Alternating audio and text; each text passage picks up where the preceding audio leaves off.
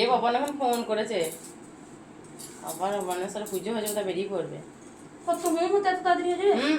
হোমে তা কতক্ষণ গিয়ে এসি তো হোমে বসে পড়বে পুজো করি।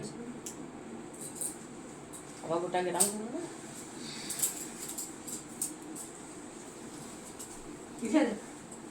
শাড়ি পরেছি আর একটি সুন্দর করে ভিডিও ক্লিপ নেব না তাই বললে হয়? চলো এখন যাওয়া যাক। আর কোথায় যাচ্ছি তোমাদের সঙ্গে বলি চলো।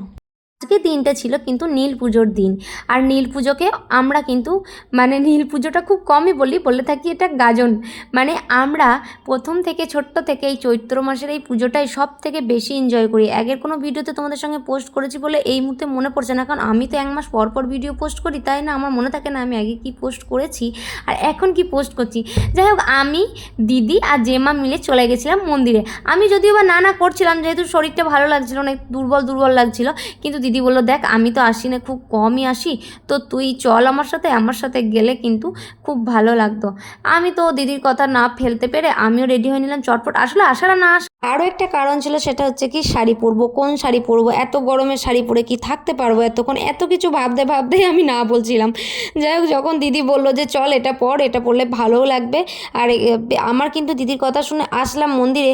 এসে কিন্তু এখন বেশ মজা লাগছে, আর তোমাদের সাথে গল্প করতে করতে মন্দিরেও পৌঁছে গেছি, কখন বুঝতেই পারিনি।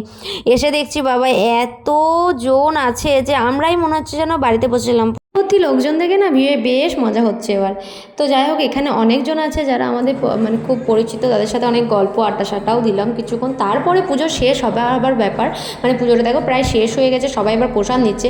আর এরপর পুজো হওয়ার পর জানো তো বাবা বানেশ্বর বেরিয়ে যাবে, পুজো হবে, যে ভক্তগুলো আছে সবারই বাড়ি। আর আমাদের বাড়িতে এবছরে বার করেছিল জেঠু, তো ওই কারণে আমাদের বাড়িতেও যাবে। তো চলো বাড়ি গিয়ে যে পুজোটা হবে তোমাদের সঙ্গে সেটাও শেয়ার করব। আর এখন সবাইকে হোমের ফোঁটা দিচ্ছে, গঙ্গা জল দিচ্ছে, প্রসাদগুলো দিচ্ছে, সবই দিয়ে দিচ্ছে। আর তার মাঝে যে পুরোহিত গঙ্গা জল ছিটেছে, তো পুরো বালতিটা ছুঁড়ে দিল, বালতি সমেত জল সবাইকে ছুঁড়ে ভিজিয়ে দিল গঙ্গা জল দিয়ে। তো এই ক্লিপটা নিতে পারিনি, তবে ও করেছিল এটা। তো এইদিকে দেখো আমরা দাঁড়িয়ে আছি, আমাদের এইদিকে আস্তে আস্তে মনে হয় সন্ধ্যায় লেগে যাবে। যাই হোক, এত লোকজন, সবারই তো মন রেখে চলতে হবে ব্রাহ্মণকে। তো যাই হোক, এখন বাড়ি চলে এসেছি, পুজো শেষ হয়ে হোমের ফোঁটা নিয়েও নিয়েছি টিক্কা। আর এইদিকে দাদার সাথে একটা ছবি নিয়ে নিলাম। আর এই দেখো চলে এসেছে বানেশ্বর আমাদের বাড়িতে, আর এখন হবে পুজো। আর এই সামনে আমাদের হরিতলাতে নামিয়ে কিন্তু 5 মিনিট মতো পুজো, প্রত্যেকটা ভক্তের ঘরে কিন্তু এইভাবেই পুজো হবে। তো চলো তোমাদের সঙ্গে শেয়ার করি কীভাবে কী হয়। কিন্তু পুরো ভিডিও ক্লিপ নিতে পারিনি, যতটুকু নিতে পেরেছি তোমাদের সঙ্গে সেটুকু শেয়ার করছি।